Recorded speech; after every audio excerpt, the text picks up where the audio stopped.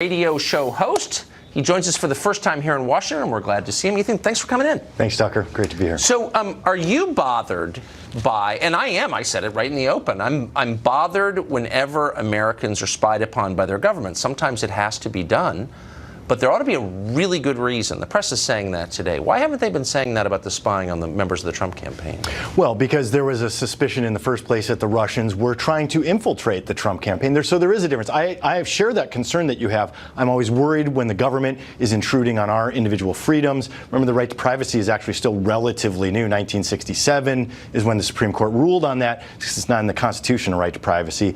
But here we have the Russians trying to interfere in our campaign. We know that. It's clear. We have 20 people who have been charged with crimes in the Mueller investigation so far. Carter Page maybe hasn't actually been charged yet, but the investigation is not over yet. But does it bother you that, this is not an opinion. I think this is a fact from the information we have at hand, that Carter Page was the first link in this now very long chain of the Russia hoax. And so Carter Page's purported collaboration with the Putin government against the U.S. government, that started everything. So why is Carter Page, does it bother you that he's still walking around and doing cable shows, including this one? Yes. Yes, on one hand, if they had the evidence. But as we know from investigations, sometimes an investigation starts and you're down one thread. Other threads come out of that. Maybe the Carter Page thread went to a dead end. Well, but the Carter Page thread is what allowed the spy, and you're right, of course, but the Carter Page thread allowed the spying by the Obama administration on a rival political campaign. It's got to be a pretty high bar for doing that. Maybe there are cases where you have to do it, but you never want to do that because it would shake Americans' faith in their government. But Carter Page's behavior was the pretext for that, and he's still free. So as a civil libertarian, you've got to think, wow, maybe they made a really big mistake in basing the spying on Carter Page because they haven't charged him. Well, but then simultaneously we had the Papadopoulos situation, right? But they haven't charged him either for any crime against the United States. They charged him for lying.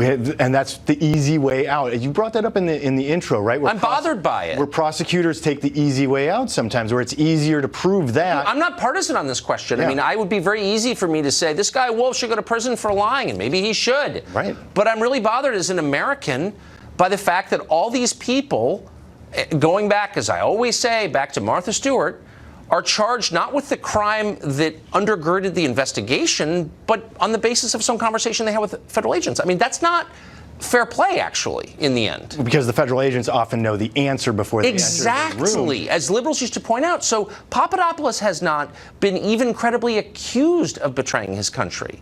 So, where's the crime? Where's the real crime? That's a fair question. Ultimately, the crime here is we have Russia attacking the United States. But that's not a crime that the people who are spied upon committed. Potential, while Manafort was and his associate. He hasn't been charged with that either. Just additional charges again today because he immediately was using an encrypted messaging system. We have to assume it's something like a WhatsApp type thing that he was using to immediately try and get people to lie to the investigators. This is a real big issue. I'm not defending obstruction of justice at all. But that is a crime subsequent to the original charge. Right. So what you still lack in this whole thing, and it should really start to bother all of us, just on principle, is any evidence that the underlying charge was true. Nobody has been charged for collaborating with Russia, for hacking our democracy. All of that stuff just turns out to be crap, actually. Well, no, there's a difference between provable in a court of law versus the suspicion that something is going on. And I think that's the case with Carter Page at this point. There was a real suspicion going on because of his time in Moscow, his bragging about it, his participation in 2013 or his investigation in 2013. I think there was a lot there, and maybe it just hasn't fully I know, but this is a law enforcement. This is not a cable news debate. This is a law enforcement investigation, and the end result ought to be an indictment. If there was a crime, indict the person for it. Prove it. You can't besmirch someone's reputation, make it impossible for him to work again, as they've done to Carter Page, without proving that he committed a crime. And they haven't. They're not even trying.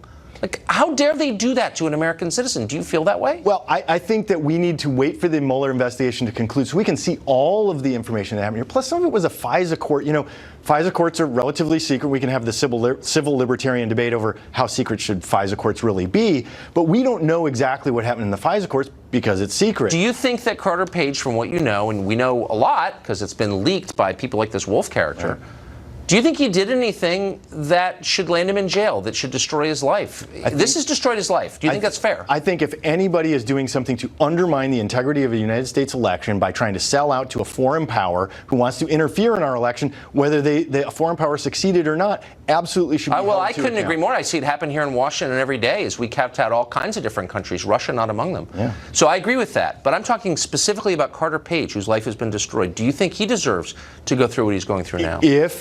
If he was participating in attempting to commit that kind of a crime. But if he wasn't, and they can't prove he was, then don't you think we all owe him a big apology? Like, hey, Carter Page, sorry we wrecked your life. If it turns out maybe you and Monica Lewinsky can go out to dinner and talk about what it feels like. Or the no longer with us Richard Jewell actually is maybe. I totally agree. I couldn't agree more. Right, if that is the case. But as of now, we just don't have enough information. Well, I hope someone is honorable enough to apologize to the people who we've destroyed and then discarded.